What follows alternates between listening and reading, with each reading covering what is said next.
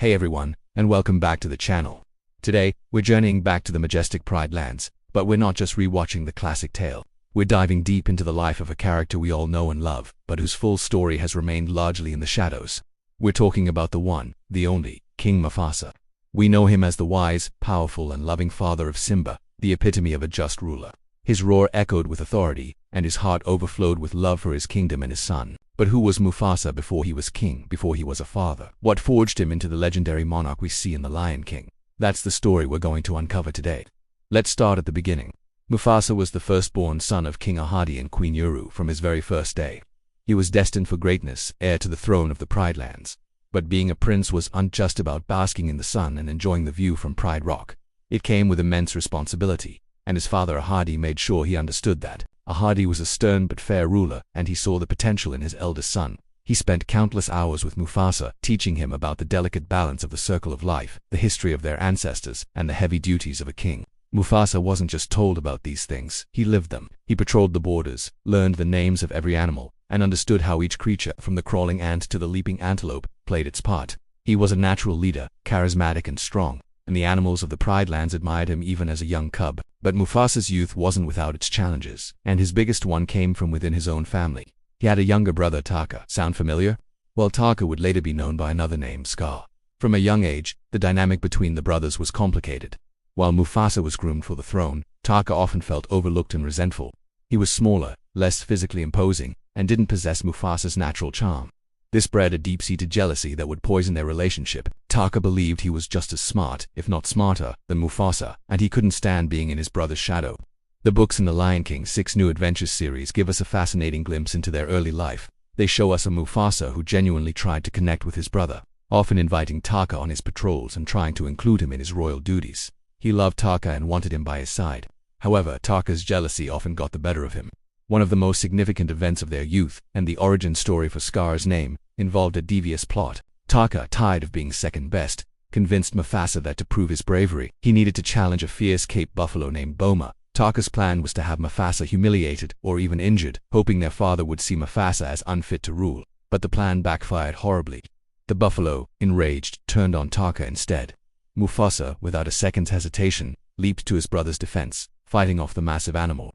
In the chaos, Taka was struck by the buffalo's horns, receiving the wound over his eye that would leave a permanent scar. When King Ahadi found out, he wasn't angry with Mufasa, he was disappointed in Taka's deceit. It was then that Taka, full of bitterness and shame, demanded to be called Scar, a permanent reminder of his father's perceived favoritism and his own failed ambition. This moment was a turning point. It solidified the rift between the brothers, setting them on 2 very different paths. As Mufasa grew into a powerful young lion, he continued to excel in his training. His physical strength was undeniable, but it was his wisdom and compassion that truly set him apart. He learned that being a king wasn't about power, but about service. He was also a romantic at heart. He fell deeply in love with a lioness from his pride, the fierce and intelligent Sarabi. Theirs was a partnership built on mutual respect and genuine affection. Sarabi wasn't just his queen, she was his confidant, his advisor, and his equal. Together they were a formidable team, and the Pridelands flourished under their future promise. When Mufasa finally took the throne from his father, it was a golden age for the kingdom. The rains were plentiful, the herds were vast, and a sense of peace and prosperity settled over the land. Mufasa ruled with a firm but fair paw. He upheld the laws of the circle of life, ensuring that the predators didn't overhunt and that every creature was respected. He was a king who would walk among his subjects, listening to their concerns and celebrating their joys. He wasn't a distant ruler on a rock. He was an integral part of the community he governed. His morning reports with Zazu weren't just a formality. They were a genuine effort to stay connected to the pulse of his kingdom. But even in this time of peace, the shadow of his brother loomed.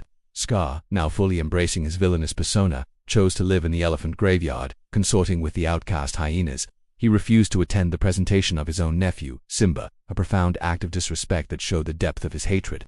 Mufasa confronted him, and we see that iconic scene where Mufasa's power is on full display. He easily overpowers Scar, but he doesn't banish or kill him. Why? Because despite everything, Scar was still his brother. Mufasa's capacity for forgiveness and his hope for redemption, even for Scar, was both his greatest strength and, tragically, his fatal flaw. The arrival of Simba changed everything for Mufasa. It transformed him from a king into a father, and it's in this role that we see his true heart. His lessons to Simba weren't just lectures on kingship, they were expressions of profound love. Think about that scene under the stars. He wasn't just teaching Simba about the great kings of the past. He was comforting his son, promising him that he would never be alone. He taught Simba about courage, but also about wisdom, explaining that bravery doesn't mean looking for trouble. He was preparing his son not just to rule, but to live a life of integrity and purpose. This was Mufasa's legacy in the making. He was pouring all of his wisdom, all of his love, and all of his hopes into his son.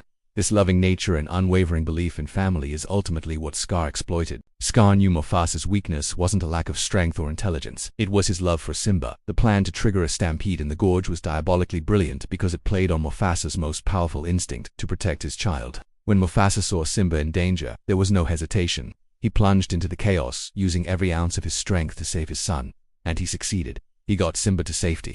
But in that moment of vulnerability, exhausted and clinging to the cliff face, he looked up and saw not an enemy, but his brother. He said, "Scar, brother, help me." In that final moment, he still saw family.